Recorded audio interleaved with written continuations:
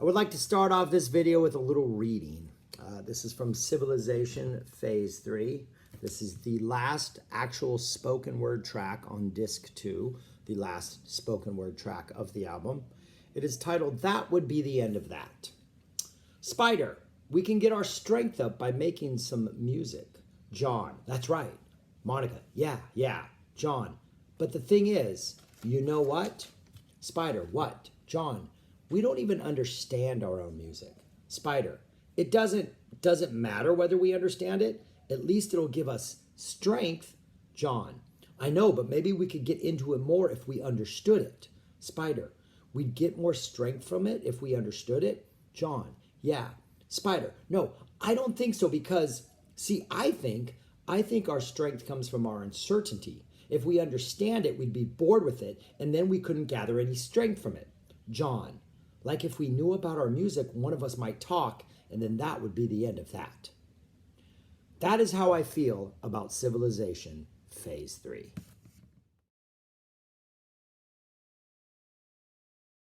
Hello, my name is Shaggy, the opinionated hippie, currently ranking and reviewing every single Frank Zappa album released after he passed away, and I am now on number 20 out of 55, Civilization Phase III. This is a 2-disc set released in October, Halloween of 1994. If I remember correctly, I called the Barking Pumpkin hotline and I ordered it over the phone when it was released. I think I ordered it in like September. It arrived. I think it might have arrived on Halloween, if not shortly thereafter. It is a beautiful, beautiful package. It actually won the Grammy for Best Packaging of 1994. I guess gave it away in 95. It's just some beautiful pictures. It's got the entire text in it. This nice like tissue paper, like see-through type stuff. Just absolutely phenomenal. Just design work and pictures and text and all that stuff. It is a Synclavier album. It is, the Phase 3 refers to the fact that it is Phase 3 of essentially, you have Whirling It for the Money, Lumpy Gravy being phases 1 and phase 2, and this being phase 3. Because it features two things. It is piano people tracks. So if you're familiar with Lumpy Gravy, Frank realized back in '67 that if he recorded people talking near a piano, you could get some interesting reverb and interesting effects from the actual strings. So he recorded people around a piano talking in very sort of stream of conscious, sort of almost Dada-esque, very surreal type non sequitur language. He used a lot of that on Lumpy Gravy. And so if you're familiar with Lumpy Gravy, all of those spoken things, they're also on here, plus additional ones.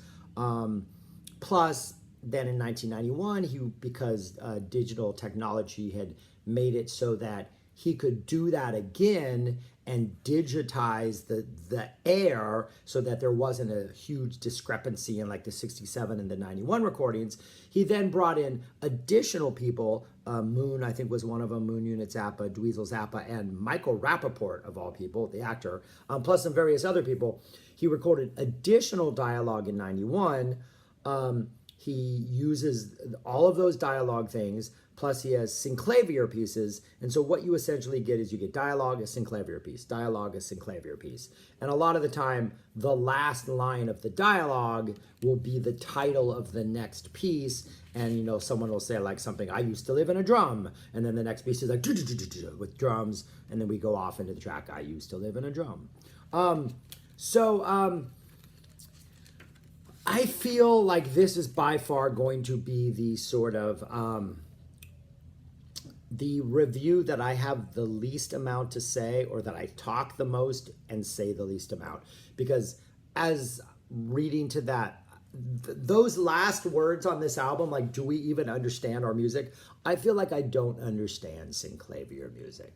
Like, I'm not drawn to it. The only reason I've given it a chance is because it's Zappa, and so I feel like there's going to be a reward if I finally just like get it. I got this album in '94. I probably didn't get it or like it for like almost a decade. And then in 2002, my wife and I started driving to Tennessee from Texas, 14-hour drive to go to the Bonnaroo Music Festival. She happens to be a car sleeper, so when we're driving, she sleeps, and I can play music. I can play whatever I want. As long as I'm not blasting at eardrum bursting level, she can sleep. So almost every time on every journey there and back, I would listen to this entire album back to back. And that, it was not until then, almost like 10 years after it had been released, that I finally really started to like, okay, I know these songs now, I know what's coming. I started to enjoy them a little more. I really started to appreciate what Frank was doing with the Synclavier. I've always liked the spoken word stuff. I think the original Lumpy Gravy spoken word stuff is fantastic. I think it's funny. Louis the Turkey and his laugh is, which I cannot imitate because nobody can imitate Louis the Turkey's laugh, is great. Motorhead's great. Everybody Talking is great. I think it's some funny stuff. I don't quite have the same thing to say about the 1991 recordings, but it took me a really long time to get into this album. And I think this, number 20, is the ceiling for Synclavier music for me. I don't think this album can climb any higher than this. This is the best Synclavier thing Frank has ever released. Synclavier. I'm sorry if I'm mispronouncing that. I think this is by far the best album he's released of Synclavier music. This is what allowed me to like appreciate Feeding the Monkeys and Mamazon, allowed me to appreciate Dance Me This. I think I spent so much time, I've spent decades, almost 3 decades, trying to like figure this thing out, that I can appreciate the other Synclavier music more. And like, I don't feel like going through this track by track because I really, when I listen to it, I'm in the car. And I'm listening to it for, each disc is like, the first disc is close to an hour, 56 minutes. The second disc is 57 minutes. So it's 2 hours of music. If you're playing it on your CD player, the tracks are not labeled. There's no indexing of the tracks, so I don't know the names of the tracks. I do know at this point, like, oh, when she says this, we're going to go into this. You know, so I know what's coming up. The variety of sounds and songs that Frank gets out of the Synclavier over the course of this album are pretty wide-ranged and varied. There are songs that are heavy on percussion. There are songs that have a lot of what sound like string instruments, like either like a ukulele even, or there's a sitar. Side 2 has a really good sitar sounding sort of jam. You know, a classical guitar type sounds. There are stuff that almost sound like woodwind instruments. You know, there are pieces that sound strictly like the Synclavier, just crazy Synclavier stuff. I do know that some of the pieces on the second side, I think there's a Tuvan throat singer on Dio Fa that's sampled. Again, the throat singer is on here, but I think it's, you know, he sings, and then Frank has him in the Synclavier and is using the Synclavier to program his singing. It's not like there's Synclavier with him singing over it. He's been programmed into the Synclavier. I know the Ensemble Modern that appears on Yellow Shark, and the amazing other one, Everything is Healing Nicely. They were sampled also, so they appear on this. So even though it is the Synclavier actually playing the music, there are samples of, you know, a variety of different instruments. So it's really well varied, but I don't know how to describe or talk about this music. Like, Put a Motor in Yourself, the first one in it, it sounds like it's like a motor. It's like very, it's very Frank Zappa, like early 80s, but at the same time it's not, because it's Synclavier music. Some of the stuff is familiar if you have the other releases. Amnerica, which has appeared on a number of other albums, is here. Buffalo Voice is here, which was on Feeding the Monkeys and Mamazon. Secular Humanism is on here, which has appeared in a variety of different contexts, just portions of it, a longer version of the track. There's just a lot of different stuff on here. And I really am hesitant to recommend it, because if you have not already dipped your toes in the Synclavier world, this is kind of an overwhelming experience. Like, I don't know. I'm at a loss for words on how to talk about this album. And that whole thing about, like, if we understand our music, it's not going to be as interesting. That's what I feel about this. I feel I have stuck with it now for 27 years because I don't think I get it yet. I don't think I fully know what to expect out of Synclavier or where I'm supposed to seek enjoyment. Like there's no guitar solos. There's usually no melodies that go for more than like 5 or 6 seconds. There's no verse, chorus, even if it is instrumental. You know, it's not like a Godspeed Black Emperor or other like instrumental bands that are building to this thing. It's not like jazz where you have a main theme and then you have solos and then you return to the theme. It's restless compositions. It is Frank at his most restless. So yeah, I don't know what to say. But so out of the 2 discs, I think the first disc is the strongest of the 2. It is only 67 piano people. It closes with the best piece on here, this 18-minute track called End Light, which has 6 different parts in it. Negative Light, Venice Submerged, The New World Order, The Lifestyle You Deserve, Creationism, and He Is Risen. So we have some it's a little like Christianity imagery in this instrumental track. But for me, the best part about End Light is there is a moment about 6.5 minutes into it where there is this electric piano sound that kind of everything calms down, and this sort of electric piano sound is the only sound that's there. And for a brief 3, maybe 4 seconds, it almost sounds like it's gonna start playing like an actual like chords and like play an actual melody and maybe go somewhere. But it doesn't. It goes off into like Synclavier noise. But that 5-second moment and the sound of the electric piano reminds me of Peter Gabriel's Here Comes the Flood, particularly on the Growing Up tour for the Up album. He would open that tour and would play Here Comes the Flood on an electric piano. And it reminds me of that sound and that moment. It almost sounds like it's gonna go into Here Comes the Flood. It doesn't, obviously. But that, every time I hear it, it reminds me of Gabriel. And then for the rest of the, the 13 minutes, the 12.5 minutes that remain, or 11.5 minutes that remain, there are moments where the music dies down. Like End Light is a very roller coaster where you have these like kind of more chaotic moments, and then there's moments of just kind of almost quiet and things kind of slow down and get a little more like intimate almost. But like Peter Gabriel, particularly on the album Up, kind of on the album, the soundtrack, The Last Temptation of Christ, Gabriel, when he would slow things down and lower the tempo and just kind of, it'd almost be just like, keyboard sounds or, electronic sounds.